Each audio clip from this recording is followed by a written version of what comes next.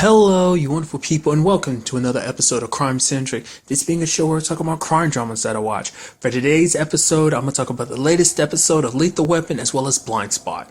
Like always, if I'm talking about something that you don't want to hear about, or maybe you missed the latest episode for, you can always look in the description down below and I include the time slots when I start talking about each of the respective shows. So, for example, if you don't care what I have to say about Lethal Weapon, you can skip to what I had to say about this week's episode of Blindspot.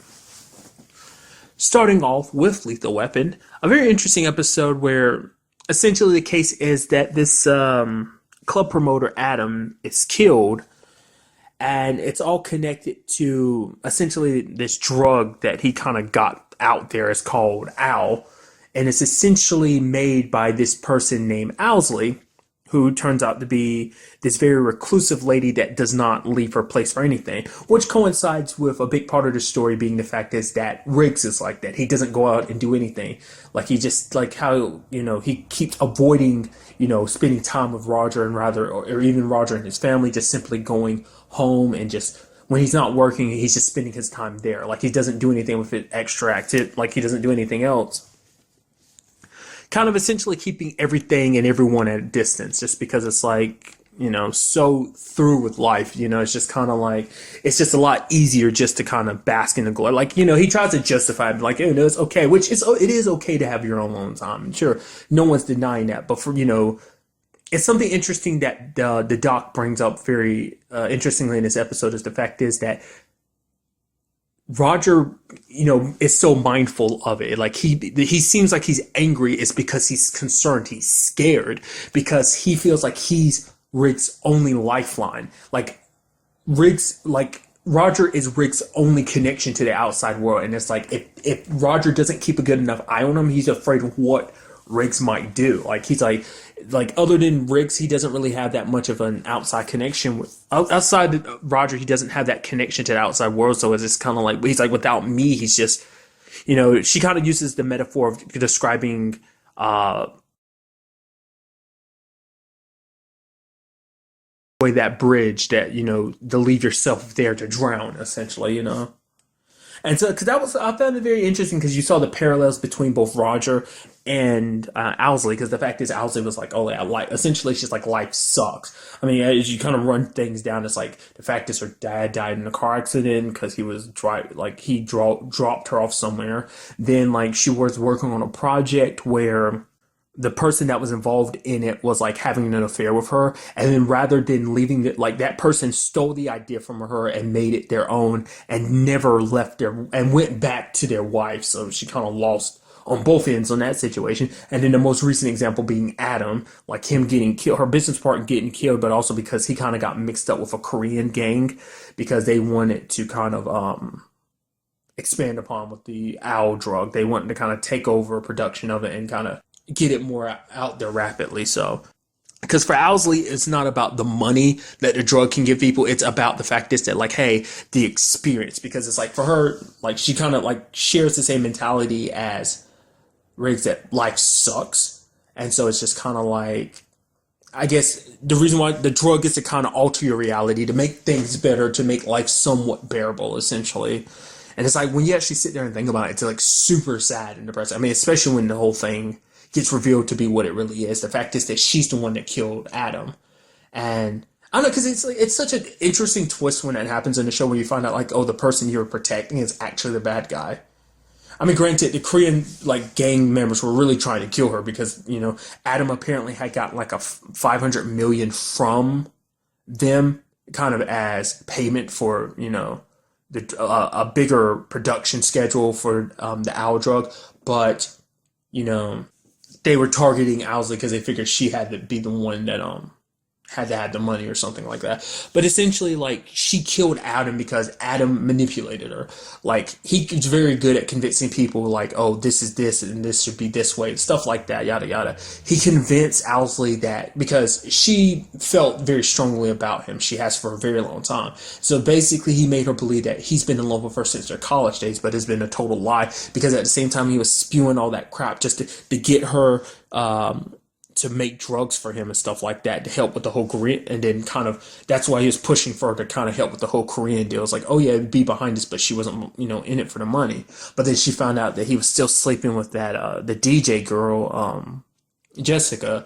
So that just it's just like he made her feel stupid, which she regretted killing him, but heat in the moment type of thing. It's just sad all around, just because she says it like, because she ends up killing herself at the end because she takes a whole bunch of her own drugs, just because it was just like, yeah, you're not going to take me in. And Riggs is like, wait, okay, about to go get someone, but she's like, don't do that. He's like, why did you do it? She's like, you know why? Because even though Riggs didn't really say anything, she could see it in his eye, the way he looked at things. It's like she saw probably like a kindred spirit in the way they viewed things.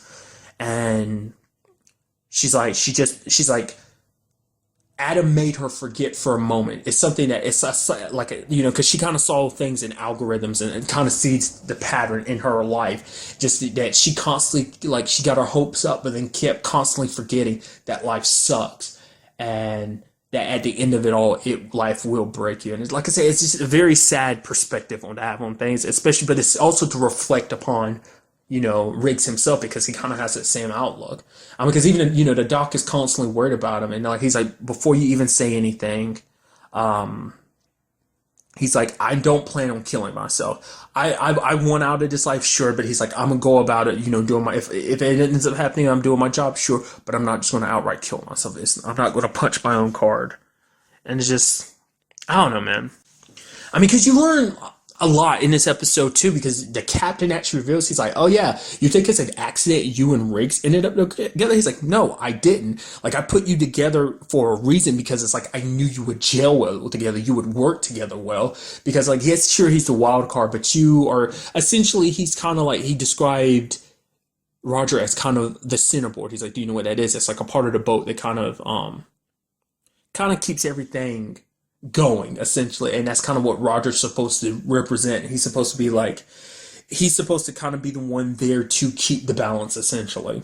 Because you see it, a big part in this episode is them collaborating with that the liaison kind of in this case, and that's Henry Cho. And see, with Cho, it's like Roger, it's like almost working with another version of himself, because it's like Cho's very by the book. It's like, oh, we should wait for backup, and Roger's almost like, we should, because that's protocol to wait for backup. It's like, with Riggs, it's never about protocol. We never wait for backup, which is something like that kind of coincides with what he was having a conversation with Trish about in the beginning of the episode. It's like, all he's done is like kind of bitch and complain about Riggs the entire time, like on and off. So it's just, that's because of another element that was kind of pushed in this episode that I really appreciate. It's like, they're much like a married couple, because there was a whole situation with the fact is that he was in love with Cho as a partner, because it's like, oh man, you're such a good guy, you understand me so well. It's like, yeah, you realize, because it's like, and at one point Roger's like, oh man, maybe it's my fault that he kind of acts the way he does, and Cho's like, no, Roger, don't do this to yourself. And it's like, you're right, Cho, you're such a good guy. And it's like, because I think no matter, he ends up saying it himself, it's like I said, because it is treated like a marriage, it's almost like he's being offered, it's almost like someone's offering him this, like, oh, you can, in case things don't work out, you can always come to me. It's almost like an affair type of situation. It's like, no, I'm just kind of almost like saying like, hey, I'm a one partnership type of guy, and it's like, no matter how crazy Riggs is, which he admits, Riggs has kind of pulled down the crazy. Granted, the whole getting high thing wasn't, it's not like he actually did it on purpose, like Scorsese, who did that and went on ranting about, like, talking about this lizard screenplay he's writing. And I love the fact that he's like, yeah, oh yeah, come on, don't you want to know the rest of this, Bailey? It's like, oh yeah, ignore this character that looks a little bit like you. That's just a chance. But it's like, the fact is that he had to test the drug out himself, and it's kind of like, which I guess I wasn't halfway expecting that, because I thought like Scorsese would be like very straight laced or whatever, straight edge, I guess, if you want to be you want to put a more proper term to it, I guess. But it's like, no, he was like, oh, he re-engineered it to find out what it was, because apparently the drug is made from a lot of ingredients, like the dosages as well as just like the components. It's like it's on just above the gray line of being like, oh, it's just above being legal. It's just enough so that it can stay legal. So, but nevertheless, the fact is that he partook upon it, not just once. It seems like he took a couple hits of it or whatever, but just how weird and off the wall he got, and it's just kind of like, okay, Scorsese, you need to calm the hell down. But the whole point was that, that was alluding to, was the fact is that, Owlsley ended up getting him high through a hug. He's like, really? A hug? Like, that's how this happened? It's like, she was basically saying, like, don't try and fight it. Just sit there and enjoy the high.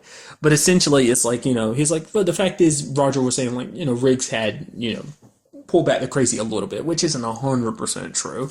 It's partially true. On certain extents, he have. But it's just kind of like, no matter what the case may be, it's like they are a partnership, and that, like, through it all, like, through all the craziness, he kind of wouldn't want things to be any different. He'd want to have Riggs, because I think in some shape or form or some part of him, he enjoys that. Cause I get the, like, you see it a little bit in his face, and maybe that's just me, but part of me saw it's like when Cho was like, oh, we should wait for Brad. I was like, all right, yeah, that's the right thing to do. It's like there's a part of me that's thinking like he actually kind of wanted to go like crazy. I mean, granted, as we saw, like waiting for protocol, waiting for backup didn't work out for him because the suspect got away. But it's like more so than anything, it's like, oh yeah, like I'm sure because he's kind of gotten used to it. I mean, to as used to it as he can, that kind of cowboy way that Riggs handles things.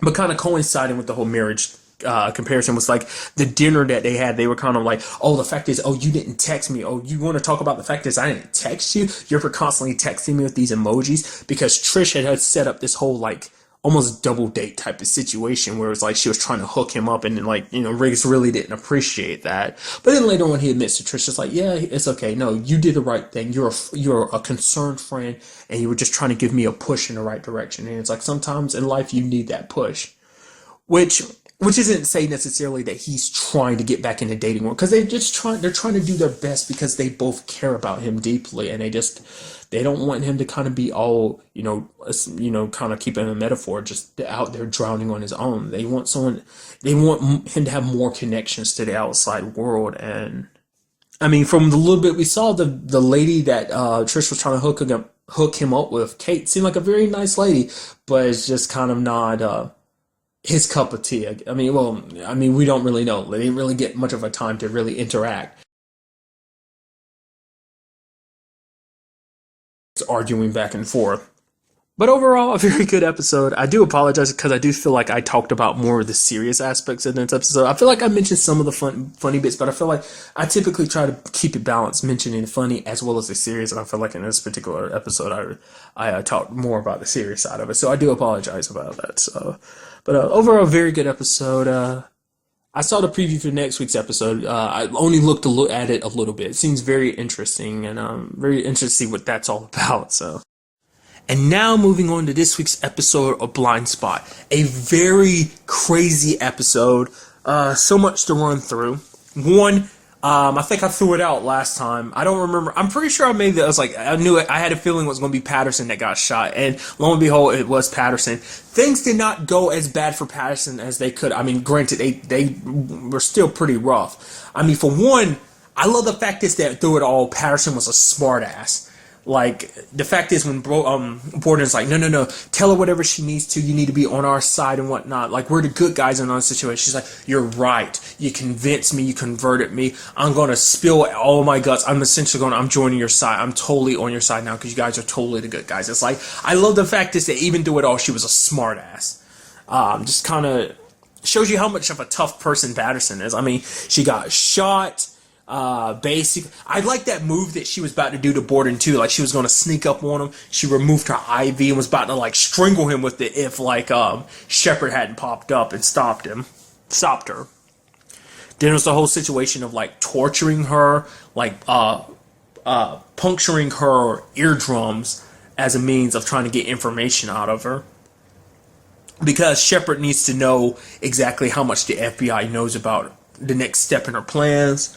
Borden, even being who he is very reluctant to act because it's like, no matter what happens, it's one of those situations. It's like you realize Borden isn't necessarily a bad person. I mean, it's kind of like it's a situation where it's like they started off with the best of intentions. It's like you don't agree with why Sandstorm is doing what they're doing, but you do understand why they're doing it. It's because they do legitimately think they're doing the right thing because like, oh, we're trying to save this country. And Borden is the same thing. It's like this country killed his wife and it's along with other people just to cover up stuff, the whole Orion situation.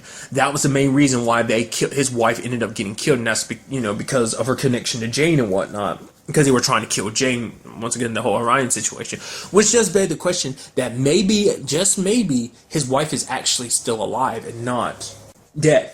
I mean, because we do know that Nas has the NSA had a undercover agent in Sandstorm, but basically they lost contact with that person, so they went dark. So not even Nas knows that person's real identity, which kind of kept me in the back of my mind. It's like, maybe it's actually Borden. Maybe Borden's actually kind of like a double, triple agent. Like, he's actually a triple agent because he's actually working with the NSA to go undercover in Sandstorm, but Sandstorm hadn't gone undercover as for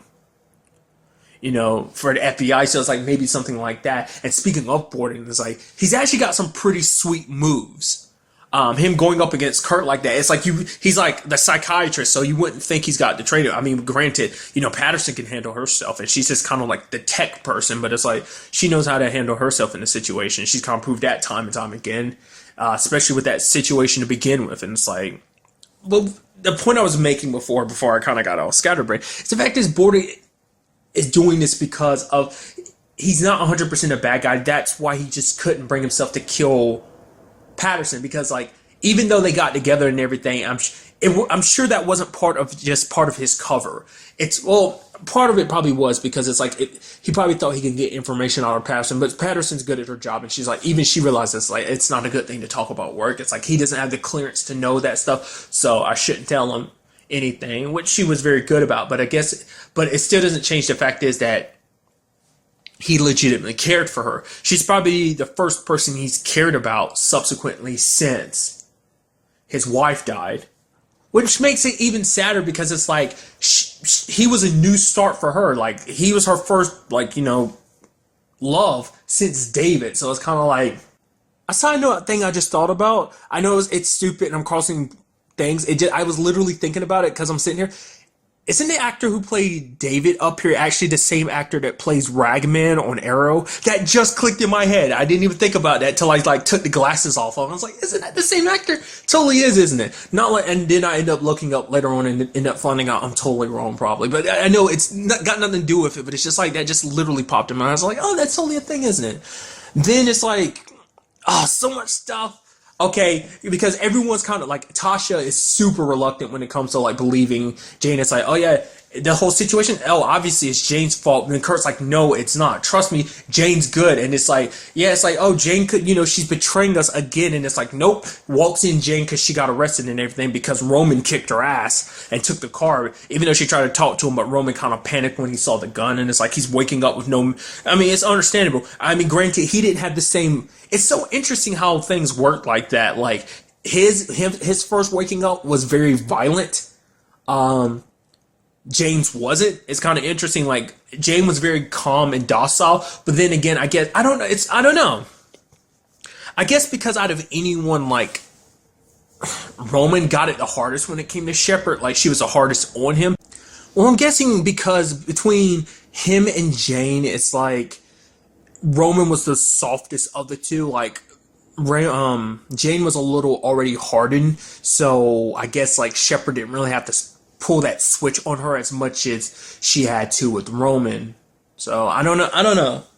Because for him, it's like his natural instincts kind of kicked in, and he was just like, he kind of went into kind of a flight or fight mode. But like I said, that didn't really happen with Jane, but then the circumstances were different, so I'm sure that kind of worked a little. Obviously, that played a factor in it all. But explained everything, and it comes out, it's like, oh, yep, Borden's the one that, he's the mole in this whole situation. I'm like, wait, what? Oh my God, we got to find Patterson.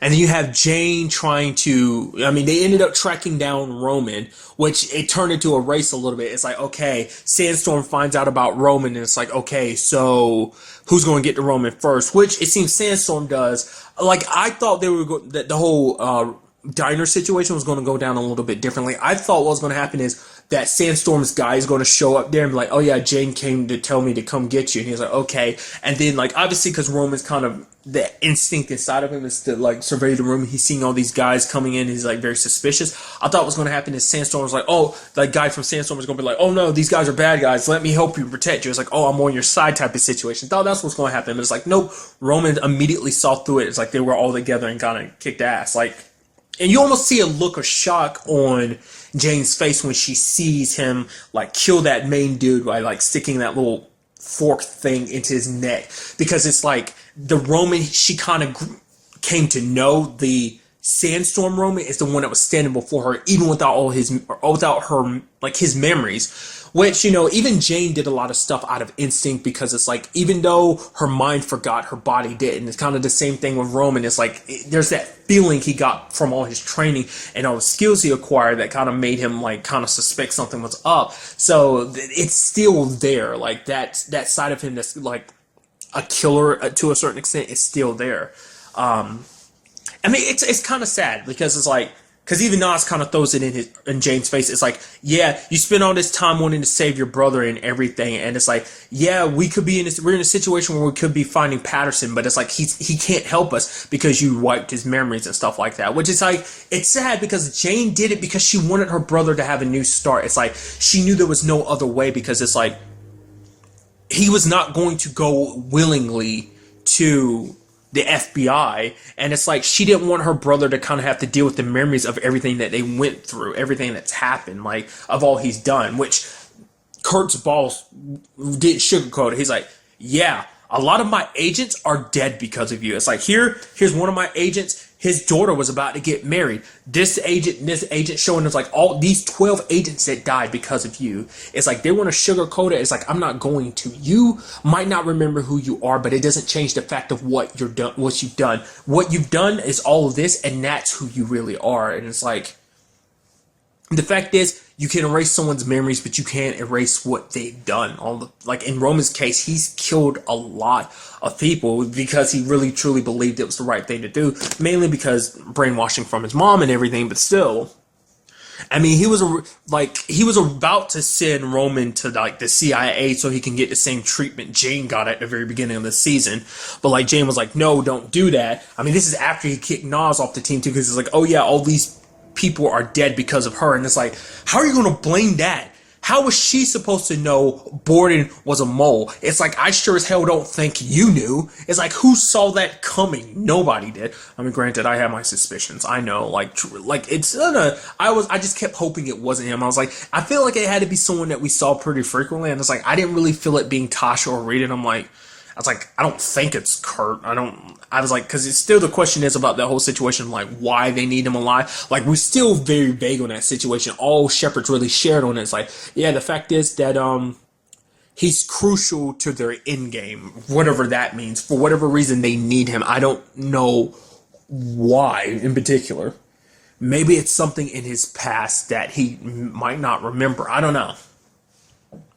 Especially because the fact is that it came up once in an episode. It hasn't really come up yet again. It's the fact is that Kurt actually knows Shepard. He remembers her from somewhere, but he's not 100% sure from where. But he remembers, he definitely knows her. And also another interesting thing is, like, the way Shepard made it seem last episode, that she kept Kurt alive specifically, you know, drew him away with that whole lie about Allie being in an accident for the purposes of getting him away so that basically she could take care of Kurt herself to get, you know, make it even personal when she kills him in front of Jane or whatever. But it's like, no, the whole plan was to always get him out of the way because he's part of their main plan. So it's like they needed him out of the way. I guess she said that just to kind of screw with Jane even more. So, which kind of reminds me of something Patterson said that was kind of so badass. It's like, and then like, you know, you have Shepard still asking the questions like, what did FBI? She's like, I'm not going to tell you anything. You know that, right?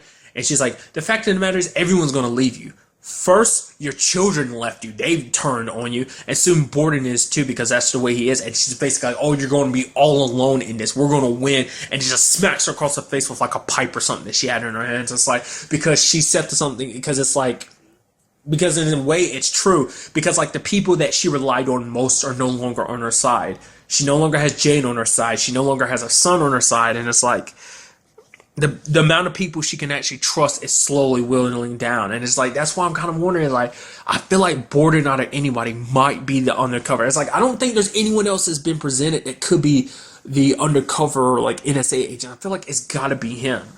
I mean, because right now he's probably like the closest person that she trusts right now. So, but since you're trailing things back a little bit, Kurt is like, okay, you know what? The fact of the matter is, nah, it's not gonna work like that. I'm gonna keep Roman, and he's gonna help us take down Sandstorm. But you also need to bring Nas back. We're gonna keep him in check by using Jane's relationship as. He's like, all right, fine. You can keep him. You can get Nas back. But she screws up even a little bit. She's gone. Something happens with Roman, it's on you. You're putting all this on you. Something goes wrong in this whole situation, you're done, Kurt. So, no pressure, right? Which kind of, it just downright sucks that it comes down to that. Because the fact is that Roman still doesn't know about exactly how he lost his memories, because they were telling Jane, it's like, Jane, you need to lie to him about it. She's like, no, I can't. If I lie to him and he finds out later on, it ruins any bit of progress we've made. It's like, think about you, Jane. When you first woke up and found out someone did this to you, wiped your memory, what did you do? You hated them, right? And it's like, if he finds out that you're the one that wiped his memory, no matter what the circumstances were, whatever your reasoning may be, he will hate you. I'm sure Jane kind of hates herself because it was her plan to do this to herself. So, because it does beg the question of like, what will the show be like now? It's like, because it's something that kind of popped in my brain. You remember a little while back, Jane had that dream where she had both Roman and Kurt, which to me, I'm like, now that Roman no longer has his memory, it kind of means she kind of is one step closer to that. I mean, granted, Kurt and Nas are still a thing, but what I'm fine with. I don't want that just to be like, oh, them to break up just for the sake of breaking up so that Jane and Kurt can get back together. Granted, I want them together, sure, but it's like, I want things to play their course. I don't want to be a situation where just like, I don't want something to happen to Nas to force him to be with Jane. I don't want it to be that type of situation. Just want it to be natural that they find their way back to each other. Especially, and I feel like you had that moment in the episode when like Jane showed up and she was handcuffed and he hugged her. And it's almost, you felt that moment of just like, man, it was just a hug, like a very caring hug. Because even when it's all said and done, after everything that's happened, Kurt is the one person that's steadfast in his belief in Jane. Like he will no longer doubt her because he sees where she is and where her allegiances lie. Where she has had opportunities to go back to being with Sandstorm, but it's like, no, she's wholeheartedly with them now. I think that wall that he kind of created, after finding out the truth about her, I think it's slowly being demolished. That they're kind of getting back to where they were. Who knows? There will probably always be the issue of like, the fact is that, hey, you betrayed me, you lied to me, manipulated me. That's what your whole purpose was here for. So, but the thing is, like, as we can see, Roman is slowly getting his memories back because he was in the cell kind of remembering a moment, and it's like, eventually the time will come where something might trigger a memory in him where he ends up remembering the fact is that Jane is the one that did this to him. And it's like, what will that mean? Because currently, Jane's got him thinking that it was Shepard who did this to him. Because this whole circumstance is a good example of nature versus nurture. It's like, because this isn't necessarily the same Roman you knew before, the same Roman who wouldn't shy away from killing someone if he needed to. But this is kind of Roman kind of back in kind of his innocent state before he became who he is. Because like, Jane is not the same person she was before she lost her memories. She's not that person anymore. And it's because of being around the FBI and stuff that helped shape her into that person. It's like, I'm sure Jane feels like, it's like, if I'm here, I can shape Roman into being the person he should have been. He could be a good guy. It's like, maybe you get to see points. I doubt it's going to be that simple, because I'm sure neither Reed nor Tasha is going to be okay. I'm sure even Kirk will have his reservations about bringing him on missions or stuff like that. He'll probably be kind of an asset that's kept at base, back at the headquarters and whatnot. So, but it does beg the question, like, will he ever find out the truth? He probably will, but it makes you wonder, will it be sooner or later that he finds out the truth, and what will that do to everything? Especially because him and Jane are Jane's trying to be there for him. It's like, because out of anyone, Jane's the one that understands his whole circumstances better than anyone for multiple reasons. That's her brother. They grew up together. It's kind of interesting. She's going to try and help him get memories back. But it's like, when it was all said and done, Roman knew more about her than she knew about him, but I guess it's kind of gotten to the point where she started remembering more. But I guess taking a little bit that she does know, I don't know. It's just kind of interesting, like because she doesn't really know that much about Roman herself. So how are you going to tell him who he really is and should be? I don't know. I guess it helps that most of her memories of Roman are from when they were kids. I think so. I'm sure that kind of plays a big role in it. So. Small storyline in this is the whole Reed and Tasha thing, which things got super awkward when Reed kissed Tasha and she's like, "What are you doing?" She's like, "You're like my best friend." He's like, "Yeah," which like you know me better than anyone. It's like, "Yeah, but we're just friends." Yeah, I'm a leave, and it's just like, that sucks. Even Reed was like, "Yeah, I messed up," so things are gonna be super awkward. That was just like, "Oh, I wanted you to be together." It's like you care for each other, obviously. And it's like, oh, just kind of a friend thing. I mean, granted, it's one of that situation of like, I don't want to take it anywhere further because it's like, what if we go down that route and there's no going back? It's like, if things don't work out, hey, there goes our friendship too. And not just our friendship, but also we're partners and we have a working relationship too. So that would make that suffer. It's just, obviously, there's going to be some complications from that in the near future. So, and we also have Patterson being back at work, She's okay now. I mean, still suffering with the ear thing, but she is okay. She is diving deeper into Borden, or Nigel, as is his real name. Um, she's diving into him a little bit, and also they ended up, getting some information off the phone that's connected to the NSA agent that's undercover, and they ended up finding out like a rough draft of the tattoos on Jane's body, and there's one particular on her neck, a tiger tattoo that's no longer part of the finished product. And it's like, okay, why did they remove this specific tattoo? And it's like, going to have to try.